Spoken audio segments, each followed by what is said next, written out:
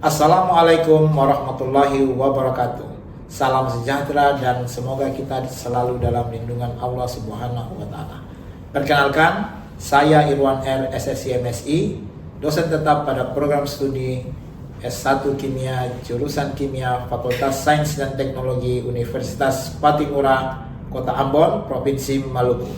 Saat ini saya dalam proses mengikuti seleksi sertifikasi dosen gelombang 1 yang diselenggarakan oleh Kemendikbudristek tahun 2025. Saya akan melakukan penyusunan dokumen pernyataan diri dosen dalam unjuk kerja Tridharma Perguruan Tinggi atau PDD UKT-PT. Pada kesempatan ini, saya akan memaparkan salah satu mata kuliah yang saya ampuh, yaitu Kimia Nanomaterial. Saya mengajar mata kuliah Kimia Nanomaterial pada semester ganjil dengan bobot 2 SKS. Adapun deskripsi mata kuliah Kimia Nanomaterial, yaitu mata kuliah ini membahas tentang pengantar nanomaterial, klasifikasi nanomaterial, sintesis nanomaterial, metode sintesis top down, metode sintesis bottom up, dan mekanisme reaksi pembentukan material, analisis dan karakterisasi nanomaterial, dan perkembangan terbaru terkait nanomaterial kimia. Perkuliahan Kimia Nanomaterial diselenggarakan dengan pendekatan blended learning, yaitu perpaduan antara pembelajaran tatap muka dalam kelas dan penugasan terstruktur, diskusi interaktif, studi kasus, dan presentasi dilaksanakan secara langsung di kelas. Metode pembelajaran yang saya terapkan bersifat aktif, partisipatif, dan berbasis pada perkembangan riset yang ada. Di antaranya adalah ceramah interaktif, video pembelajaran, dan diskusi di ruang kelas, studi kasus, presentasi kelompok, dan studi literatur. Untuk capaian pembelajaran yaitu yang pertama, mahasiswa mampu mengambil keputusan secara tepat dalam konteks penyelesaian masalah bidang secara mandiri, bermutu, dan terukur. 2. Mahasiswa mampu menjelaskan konsep nanomaterial, metode sintesis dan karakterisasi nanomaterial secara baik dan bertanggung jawab. 3. Menginternalisasi sikap ilmiah, bertanggung jawab, mandiri, dan peduli lingkungan dalam kehidupan sehari-hari melalui konsep dasar nanomaterial. Untuk CPMK atau capaian pembelajaran mata kuliah yang diharapkan dari mata kuliah ini, yang pertama, mahasiswa dapat menjelaskan konsep nanomaterial secara baik dan bertanggung jawab. 2. Mahasiswa dapat menjelaskan prosedur sintesis nanomaterial secara baik, mandiri, dan bertanggung jawab. 3. Mahasiswa dapat menjelaskan konsep karakterisasi nanomaterial secara terukur, baik dan bertanggung jawab. Dan yang keempat, mahasiswa dapat menjelaskan aplikasi nanomaterial dalam kehidupan sehari-hari dengan baik dan bermutu. Untuk media pembelajaran pada mata kuliah Kimia Nanomaterial ini meliputi RPS, PowerPoint, studi kasus, artikel ilmiah, dan video pembelajaran. Adapun materi pembelajaran pada mata kuliah Kimia Nanomaterial meliputi 1. Konsep nanomaterial. 2. Nanomaterial berdasarkan struktur dan klasifikasinya. 3. Sifat-sifat fisika dan kimia nanomaterial. 4. Metode sintesis top-down nanomaterial. 5. Metode sintesis bottom-up nanomaterial. 6. Teknik karakterisasi nanomaterial. 7. Teknik spektroskopi untuk analisis nanomaterial. Ke-8. Fenomena ISBR pada nanopartikel logam. 9. Nanomaterial berbasis karbon. 10. Nanomaterial dalam pengembangan energi terbarukan. 11. Nanomaterial dalam diagnosis dan terapi medis. 12. Nanomaterial dalam mitigasi masalah lingkungan. 13. Etika dan regulasi nanomaterial. Dan yang ke-14, penerapan nanomaterial dalam proyek nyata. Penilaian dalam mata kuliah kimia nanomaterial ini mencakup aktivitas partisipatif sebesar 20%, presentasi proyek sebesar 30%, tugas 10%, kuis 10%, UTS atau ujian tengah semester 15%, dan ujian akhir semester sebesar 15%. Penilaian dalam mata kuliah ini dilakukan secara objektif berdasarkan indikator seperti ketepatan dan penguasaan materi, partisipasi aktif dalam setiap diskusi atau kerja kelompok dengan presentasi 80-100%, kategori sangat baik, 60-79% baik, dan 0-59% kurang. Saya menggunakan rubrik penilaian yang jelas dan terukur, dan hasil evaluasi saya sampaikan kembali kepada mahasiswa sebagai bagian dari feedback untuk meningkatkan kualitas pembelajaran. Baik, untuk tahapan berikutnya, mari kita simak video pembelajaran tatap muka kimia nanomaterial. Selamat pagi semua. Selamat pagi.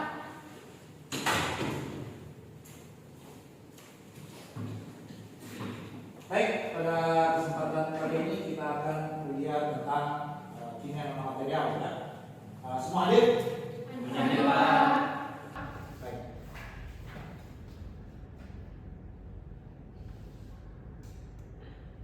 Ya, sebelum kita masuk di perkuliahan, saya akan memberikan cuplikan video, ya, film yang mengadopsi teknologi nano, ya, teknologi.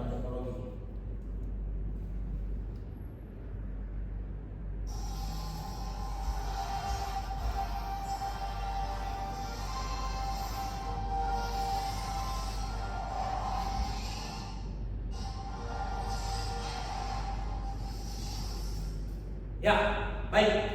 Dari cuplikan yang singkat tadi, apa yang bisa Anda sampaikan? Ya, Baik Pak, dari tayangan video ini yang bisa kita lihat yaitu ada kekuatan Pak. Kekuatan, ya? Ya. Kekuatan apa lagi? Kecepatan. Kekuatan, kecepatan. Nah, apa lagi? Kesatuan yang kecil. Ya, kesatuan dari unit kecil, ya.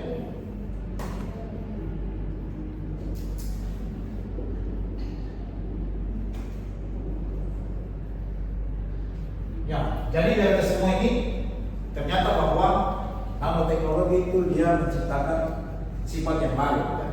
Baik, untuk mata kuliah nanomaterial kimia, sasaran dari pembelajaran ini adalah mahasiswa mampu mengetahui sejarah dan pengertian nanomaterial.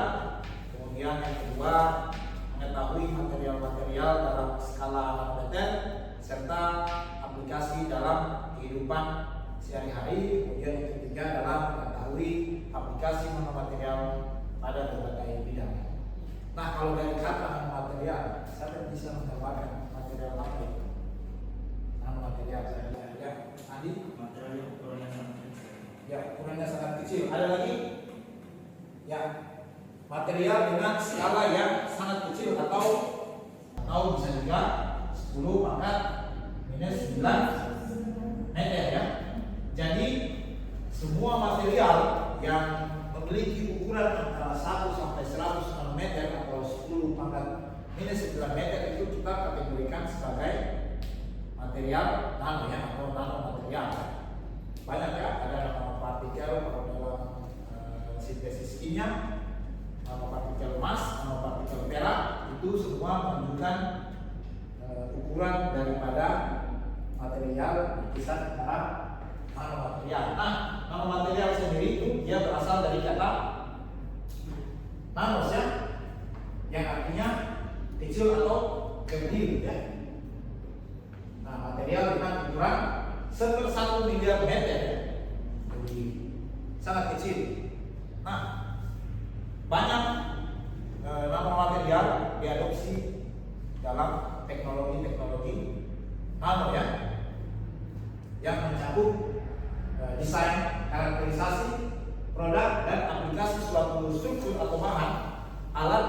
konsisten pada skala nano ya.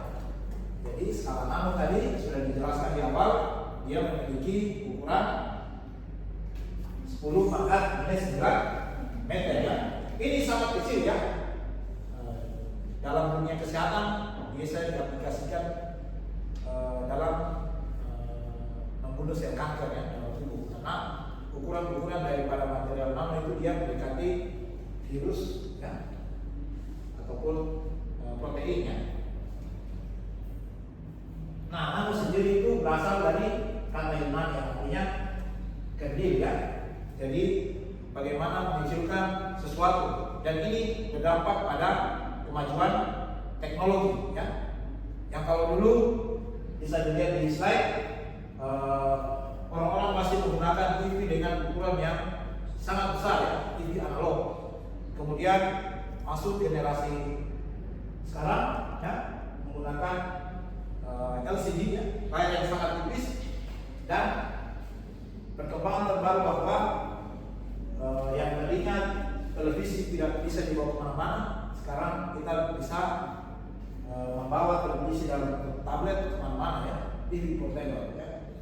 Dan salah satu kemajuan yang sangat canggih itu adalah telepon ya. Ya, dulu kita lihat telepon juga, telepon klasik ya, dengan ukuran yang sangat besar, tidak bisa dibawa kemana-mana. Dengan kemajuan teknologi dan perkembangan zaman, sekarang handphone yang kita punya itu bisa menggantikan peran dari berita, ya, koran, televisi, ya, semua itu bisa diganti oleh handphone ya, itu ya, kemajuan teknologi ya. Jadi dampaknya sangat besar ya.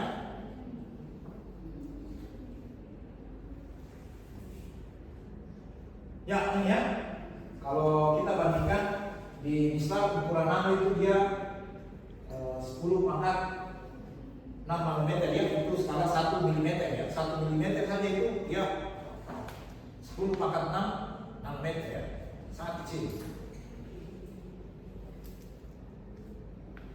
Ya, dia di antara skala Armstrong dan mikron ya. Yang skala nano ya, tadi 1 sampai 100. Kalau dalam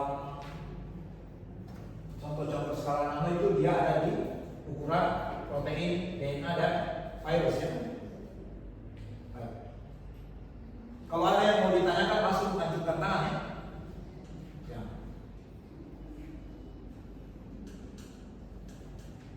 Nah, ini perbandingan antara ukuran potongan rambut manusia ya, yang sebesar ini dengan karbon nanotube ya, yang ini sangat kecil ya. Jadi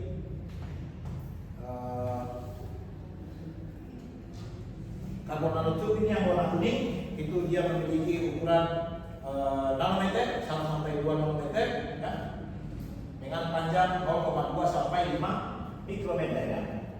Ini ya. Jadi dia rantai lurus ya. Ya, ada yang bisa jelaskan terkait slide yang di atas?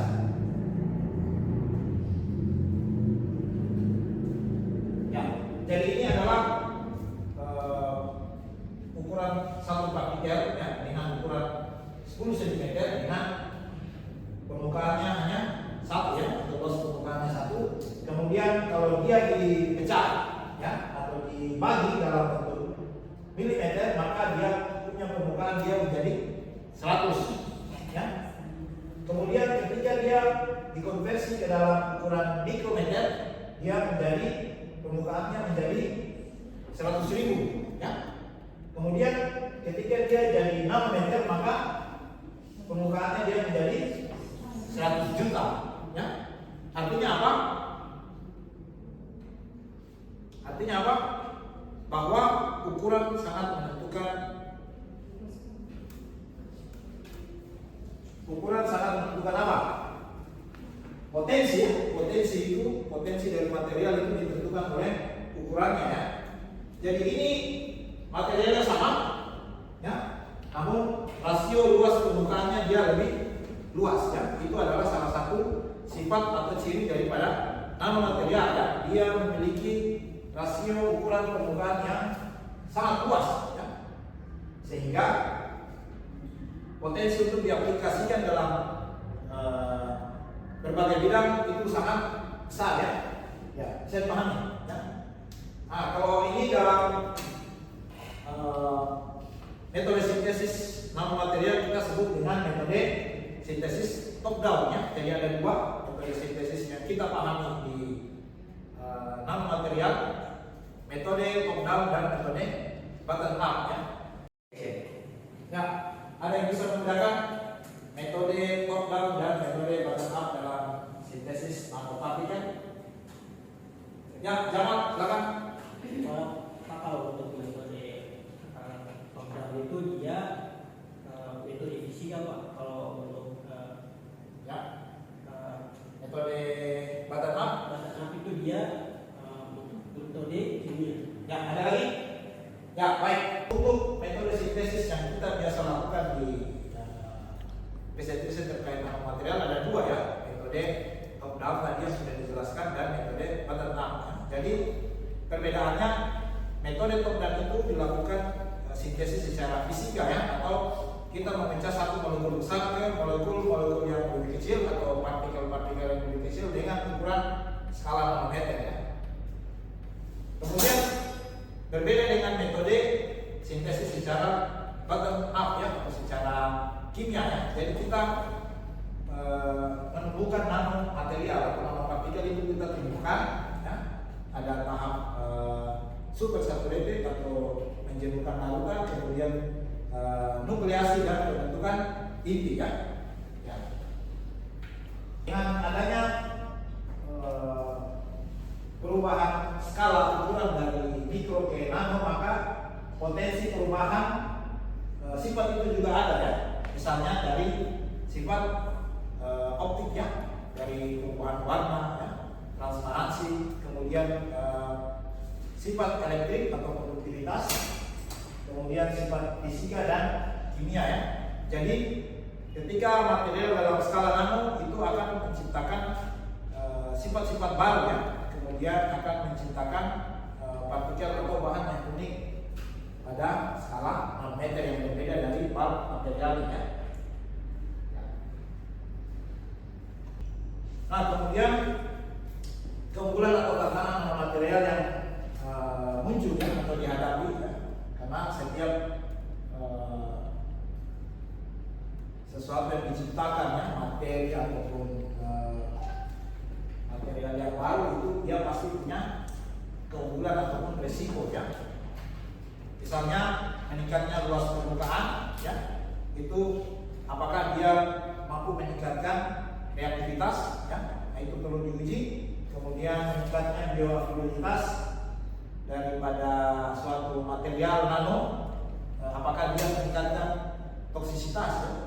Karena ini perlu diperhatikan juga ya, baik terhadap lingkungan, terhadap manusia ya. Kemudian dosis efektif yang lebih kecil itu apakah dia bisa menurunkan dosis toksiknya. Misalnya ketika suatu material diinduksi kepada makhluk hidup ya, apakah material ini cukup ya untuk efektif dalam menurunkan penyakit ya, atau tidak. Kemudian meningkatkan kemampuan penetrasi dan mempercepat onset of action. Kalau ukurannya sangat kecil, maka diharapkan material-material dengan ukuran nano itu dia langsung mampu sampai di target penyakit misalnya, atau misalnya dia diaplikasikan dalam bidang medis ataupun kesehatan ya.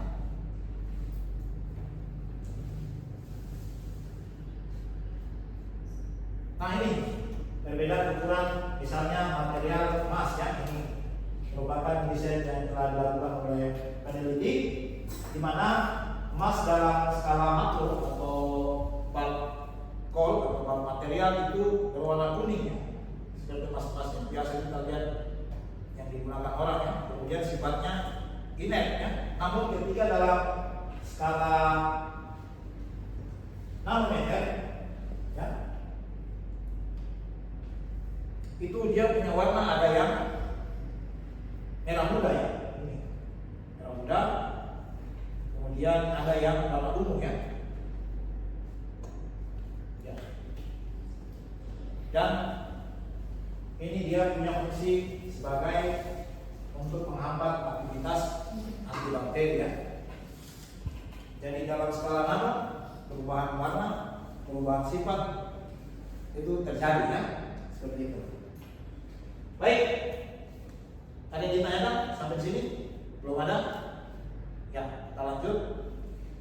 Kemudian beberapa inspirasi nanoteknologi beda alam kita lihat di nanostruktur pada rambut telapak kaki tokek itu dia bisa melekat di dindingnya itu karena struktur daripada permukaan jarinya itu dia nano ya, berbentuk nano sehingga dia mampu naik atau memanjat dindingnya tanpa menggunakan lem ya. Kemudian di sayap kupu-kupu juga ya, itu kalau dilihat menggunakan mikroskop ya. Jadi salah satu teknik karakterisasi dari nanomaterialnya itu adalah dengan menggunakan mikroskop ya.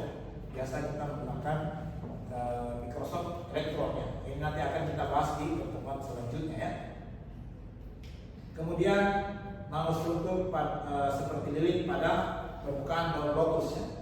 Jadi kalau kita lihat di permukaan daun sini, air ini dia tidak mampu menyerap karena permukaannya itu dia tersusun atas struktur-struktur nano ya. Jadi semakin kecil ukuran maka nanomaterial memiliki fungsi yang lebih banyak ya. Ya, baik. Di sini ada yang mau ditanyakan? Ya, silakan Anwar. Baik Pak, terima kasih. Saya mau bertanya di slide sebelumnya Pak. Yang mana? Yang ini Pak. Ini tadi Pak. Sebelum Oh iya ini. Ini Pak. Ya, silakan. Baik Pak, terima kasih.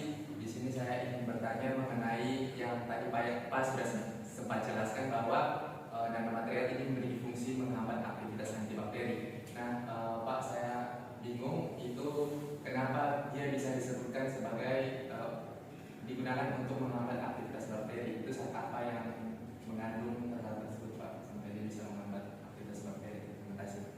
Lagi yang mau ditanyakan? Ya, baik. Ya, kita lihat ya untuk nanopartikel emas ya.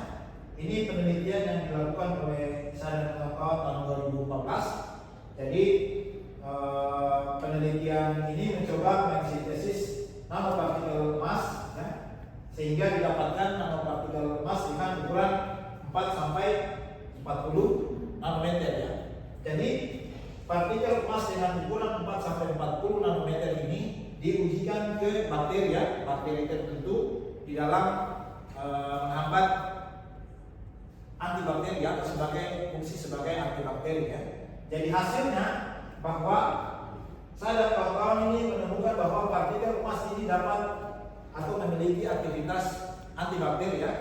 Biasanya kalau kita baca jurnal tentang riset tentang antibakteri biasa menggunakan media ya, media agar dan kultur bakteri untuk sebagai bahan uji ya terhadap antibakteri. Misalnya menggunakan bakteri Escherichia coli ataupun Staphylococcus aureus ya. Jadi seperti itu ya. Dilakukan uji in vivo ya. Gimana? Masih ada lagi? Cukup? Ya, baik. Ada lagi? Ya, masih ada yang ditanyakan? Ya, kalau tidak ada untuk tugas ya, tugas dalam pertemuan minggu ini kita tahu bahwa nanomaterial memiliki keunggulan dan tantangannya. Jadi tugasnya kalian akan dibagi menjadi 2 kelompok ya. Yang satu kelompok mengidentifikasi potensi-potensi baru ya, dari suatu nanomaterial ya. Mengidentifikasi dan mendeskripsikan potensi-potensi baru tersebut.